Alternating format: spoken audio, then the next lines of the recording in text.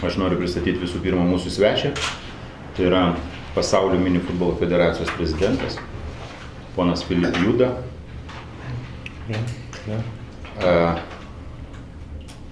Tomas Butkus, mini futbolo lygos direktorius.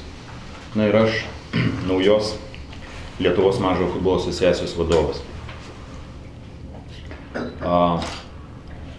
Asociacija žodis skamba turbūt grėsmingai, kad čia reiškia asociacija, galbūt kažkas kažką sugalvoti, noriu pasakyti labai atsakingai. 10 apskričių, tai yra visos Lietuvos Respublikos apskritis, turi savo lygas, formuojamas darbo grupės, formuojami kolektyvai, visa struktūra ir tos 10 lygų visų apskričių įkūrė asociacija. What is mini football, or what are mini football advantages? As you can see in this document, as I gave you, so firstly it's very cheap sport. You need just shoes, ball and let's play. You don't need a big football stadium. It means you don't need also 11 players. You can play mini football close to your house, close to estate houses. Because mini football has one big advantage, and it's a number of fields. We have fields in maybe each city, soon each village. You can find just meadow and play mini football. A lot of mini football fields you can find also not only in Europe but also in Africa, where we make some support of mini football development. So this is our really big advantage, that we have facilities for this sport. Yeah, let's say that mini football has the most facilities in the world from each sport. Second is that you don't need really a good performances to play in a high level. You can invite your friends from a street. You don't care about the performances. You just care about community, friends community. So it connects the people. Not only from one city, but also it connects people that, for example, study in universities that are like ethnic minorities. So we try to involve them to our project, even if it's, for example, different culture, or if they have a different view on a sport and different religion. Mini football, it's a very good project how we can connect the people, because as I told, you don't need to have a same performance. Yeah, it's just amateur sport. Let's find your friend and let's play. Perėjome iš mini futbolo lygos, jinai žinoma taip pat organizuos toliau savo čempionatus ir savo turnyrus, ir galbūt vėlgi Vilniaus mieste tik plėsis, bet mes paėmėm globalesnį lygmenį, tai yra asociacija, tai Lietuvos mažojo futbolo asociacija, apjungdami visus regionus. Pirmas toks kūdikis tai yra Žemaitijos regionas, kur paleista yra nuo šio pavasario jau irgi čempionatas Žemaitijos. Tiesa, mes negalim pasakyti, kad jame ten labai daug komandų, bet mes patenkinti, kad 6 komandos dalyvauja. Sekantis etapas labai svarbus mums, tai įvairūs europiniai projektai, kuriuose mes dalyvausime ir pradedame dalyvauti kaip šalis. Tai yra būtent tiek teisėjų parengime, tiek kadangi mini futbolas arba mažasis futbolas turi savas taisyklės, jisai skiriasi nuo futzalo. Ir teisėjų, trenerių lygmenyje, nes irgi tai yra, reiškia, turintis sportas reiškia savo taktiką, savo schemas, žaidimo. 2013 metais mes delegavome Lietuvos mėgėjų mini futbolo rinktinę į Kretą, Graikijoje.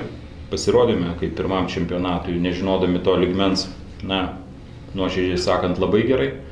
Likome ne paskutiniai ir tai gerai, reiškia, 24 komandų buvome 18. Tačiau tikrai paėmėme tuos pačius tikriausius mėgėjus, galvodami, kad ir Europoje tie tikriausi mėgėjai žaidžia taip pat kaip ir Lietuvos mėgėjai. Pasirodo, kai mes juokaujame, kad mūsų futzalo rinktinė turbūt toli gražu į prizus nebūtų patekę, o vis tiek, sakykime, žmonės judantis ir žaidžia aukščiausioje lygoje savo čempionatuose. Tai aš kaip pavyzdį tiesiog pateikiau, nes tai yra labai giminingas galbūt sportas, reiškia, kaip supratau, gali jungtis dabar bet kokia komanda į tą lygą, ar ne? Na, kaip tiesiog dabar tokia suteikta laisvė, ar ne? Geras ta prasme, kad gali bet kas pasireikšti, ar ne? Šiandien dienai ir aš manau ir tai bus, mes neribosime, jeigu atitinka mėgėjų statusą, o pas mus mėgėjų statusas, sakykime, šiandien dienai yra aiškiai apibrėžta, kad futbolistas, kuris neuždirba iš futbolo, tai neturintis profesionalus kontraktų, yra mėgėjas. Arba pabaigęs karjerą, jis irgi patampa mėgėjų. Tai gali subūręs, reiškia, draugų kolektyvą, ar tai bus juridinis vienetas, ar tai reiškia fizinis, jisai gali jungtis į mūsų lygą, jeigu mes kalbam apie Vilniaus miestą, jis gali jungtis į mūsų lygą, dalyvauti mūsų rengiamuose čempionatuose. Struktūra yra atvira iš tikrųjų ir yra visi priimami mėgėjai. Tai nepaslapti šiandien dienai, kad daugelis žaidėjų žaidžia ir SFL, ir mini futbolo lygų, ir vasaros futbolo lygų. Tai tiesiog, jeigu žmogus suspėja, kaip Romanas Buršteinas, tai reiškia visur žaisti, ir tinklinį, ir šachmatus, tai mes tikrai didžiuojamės tokiais žmonėm ir sakom valio, 3 kart valio ir dar tėčių bus, tai čia iš viso. Tai, kad kai minėjau, reiškia, Lietuva 2013 metais delegavo mėgėjų mini futbolo arba mažojo futbolo rinktinę. Jeigu leisite, aš taip sušilau, išsirengsiu, parodysiu truputėlį, reiškia, savo kūną. Jo, tai iš tikrųjų mes delegavome rinktinę, kuri žaidė štai tokiais marškinėliais. Taip, tai štai buvo 14 metais mes irgi deleguosime, o Izraelį pajėgesnė šiek tiek, tikimės, reiškia, gal pavyks iš grupių išeiti, esam optimistai, kitos rinktinės girdėjome, kad reiškia, jau žaidžia draugiškas, mes tik formuojam rinktinę. Nepaslaptis, kad paskutinį vaidmenį atlieka ir finansai. Biudžetas yra pakankamai nemažas, galiu pasakyti, kad 12 žaidėjų, reiškia, trenerių ir delegacijos vadovų Izraelio Eilato miestą sudaro biudžetas apie 20 000 eurų, su visais accomodationas ir panašiai, nes šiandien dienai kiekviena delegacija, kiekviena šalis moka už save. Europos mini futbolo federacija irgi stojimas ant kelio, reiškia, ant kojų yra stadijų, todėl mes palaikome tą visą, reiškia, judėjimą. Bet vienas iš, reiškia, kaip jūs matėte, 2.14 Izraelis, 2.15 Turinas, lieka 2.16. Tai štai 2.16 metus mes labai norėtume Vilnių organizuoti.